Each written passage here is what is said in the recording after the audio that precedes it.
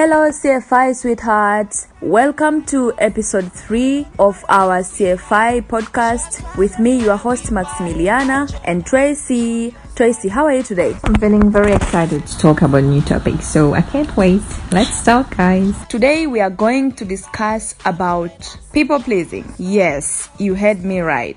We have been doing that a lot, especially these days. So we are going to deep dive and see what we can discuss in this topic. Also, we will be welcoming you to also comment on our social media. You can follow us on Instagram, CFI Official Podcast. And also, we are now available on YouTube, CFI Official Podcast. Because nobody does better like us. We got no money, but always we happy. We show swag everywhere we party. Come join us. So Tracy, tell me, how do you see the situation of people pleasing nowadays? I think being a people pleaser or just want to please others is just a natural thing to do. It's like a mechanism to cope with social acceptance somehow. It could be in the workplace, it could be within your own family and friends. I think that trying to please everyone without regards to your own emanates mostly from some kind of past traumas that makes you feel that you need to actually fit in and do whatever others want you to do just to feel that you're loved, accepted, and don't feel this sense of being outcasted somehow. What would you think, Max? Yeah, I quite agree with you, Tracy.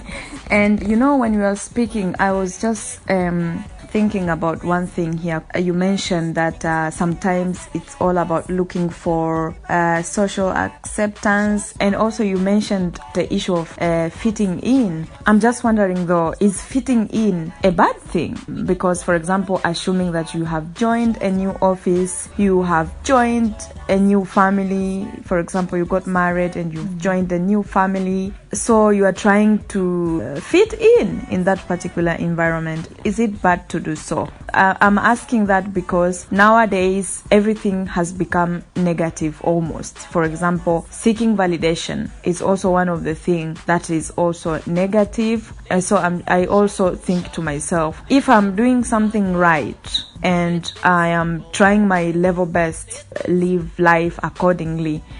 For example, issues to do with opinion, if I want you to validate that for me, why is that bad for me to seek validation? You know, Max, human species in itself, we are social species, meaning that we need each other, we need each other's interactions in order to survive. That was the primitive, like, evolutionary kind of thing, if we can say, in terms of members of a tribe or members of some kind of groups. They need to stick together for survival, for attachment, for love. So it's a normal thing to seek somehow validation, you know. It's not like a bad thing. It's just that the level to reach, I think personally that we needed validation. We needed to be accepted in the past for survival reasons, you see. But nowadays we don't have these life-threatening situation where we need actually to stick really into a group, you know what I mean? So, but still, human being humans, we still have these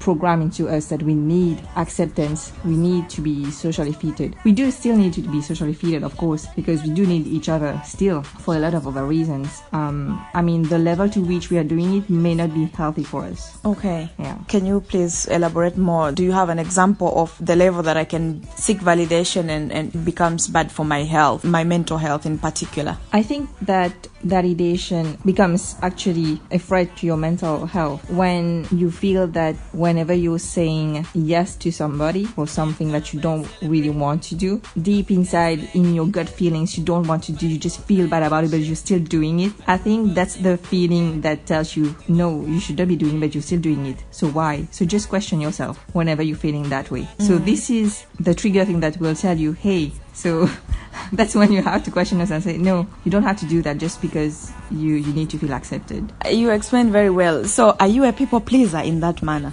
To be honest, yes, I think I am a people pleaser because it all emanated from some kind of past traumas, I suppose, from my childhood and everything, where you feel that you needed to be accepted by your parents, your relatives, your friends. But the thing is, as you grow up, you become more aware of it, and then you decide if you want to change that or not, for your own mental health, for your own well-being. I think personally that I've been trying to do that a lot, like changing my ways and to be more authentic. So I'm feeling quite good, to be honest, knowing that I am allowed, but I can't do that for myself. But I can say no, and I don't want to do things that I don't really want to do. So it just feels liberating. Have you been in any situation that made you feel like you're not being true to yourself or authentic? Yeah, a lot of times. I feel the same way, Tracy, that sometimes I've realized that I do a lot of things to people, and I have been in situations where I have loads of regrets. For instance, I didn't want to go to a certain party, and so because I want to please my friends, but I'm not outgoing and I didn't want to go there, but I will go there for my friends anyway. I could be very, very happy of being out there and stuff like that, but there reaches a point where I'm already so bored. I want to go home. I can't now leave my friends there. I'm starting to think to myself, why am I here? And so I feel like sometimes I've put myself in those kind of scenarios a lot. Another example is that I've been in situations where I've said yes, but I was supposed to say no. For example, I remember I said yes to helping one person, and I did not have the mental capacity for it. I was tired, I was exhausted, but because it's a person I know, and it's because I felt that I should help that person, I had to make a way. At the end of the day, I was so exhausted, and it's not like they wouldn't survive if I was not there. You know what I mean? So it's a good thing to help people whenever they need, because I feel like sometimes when a person asks for help, they are in a situation where they really need help. So I do encourage people to help one another. But if you are not in a position to help, you can also express yourself that, hey, I'm sorry, unfortunately, I cannot help you today. Maybe I can help you tomorrow, or maybe I can suggest for you where you can get more help. So there's always a way to do that. But because of my weaknesses, and I have this people-pleasing behavior, so sometimes it's very, very difficult to say no or to get out of that particular situation. And I hope that a lot of people can relate to this conversation, Tracy, because I have been out there, and we live in a community where we see people, we see friends, we see family, and sometimes, for example, if you have a family scenario, it's very difficult to say no to a family member. And Tracy, how do you handle a situation when it comes to your family members?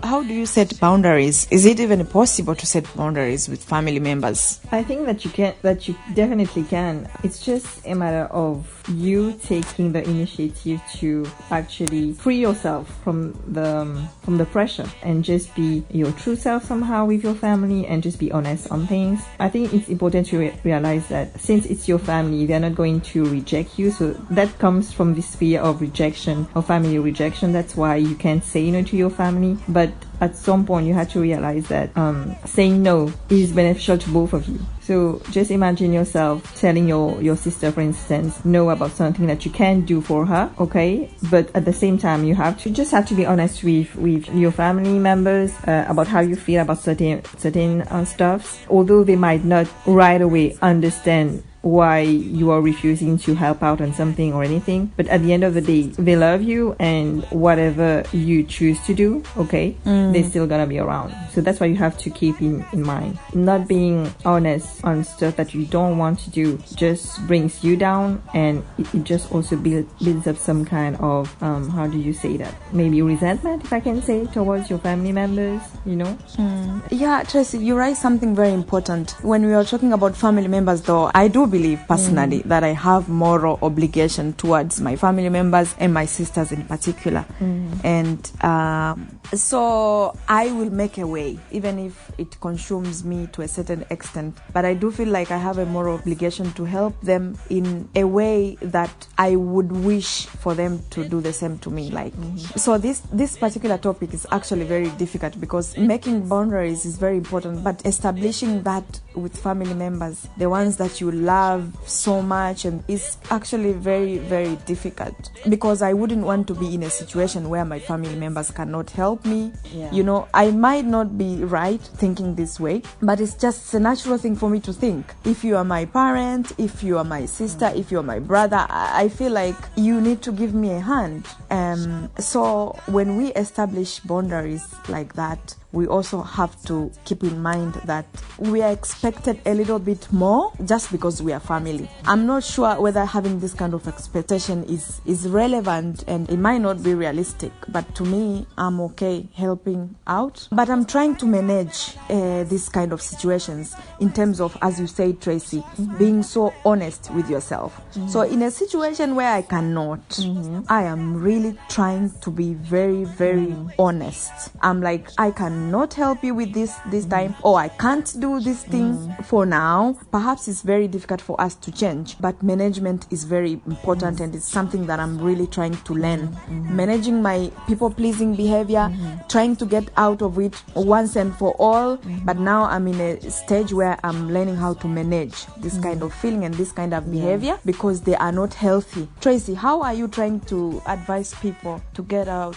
of people-pleasing behavior? I think you just have to trust your guts. I know it's a easy thing to say, but doing it is harder. So just analyze how you're feeling inside. Truly feeling, and whatever is being asked of you is what will bring you happiness or will just bring you down. So that actually depends on the situation and what you're ready to do or not, but follow your guts. And even if it's your family members, I would agree with you that you have the moral obligation to help them, as you would expect the same for them to do the same. Definitely, I would agree on that. But there are, I think, situations where you still have to look up for yourself first, because otherwise you're not gonna be available for your family members afterwards. If you don't look after yourself, your own self first, you won't be able to help the ones you love. So that's very important, to be authentic. And if you are in situations where you can't help out family members, I'm not saying like you have to consider everything in the balance and just think that you count as well. It's not because it's your family members that is asking you to do things that you need to feel obligated to do it every time, if you feel that it's not what you really want inside. Alright guys, so that is the end of the episode 3. We know that this topic is very wide. You can also join this conversation on our YouTube channel, on the comment section. You can tell us what you think about people pleasing, and are you a people pleaser? And now that you realize that you are a people pleaser, what should you do to change? Also, you can comment on our Instagram account at CFY Official Podcast, and yeah, let us know what you think. Bye. Ciao.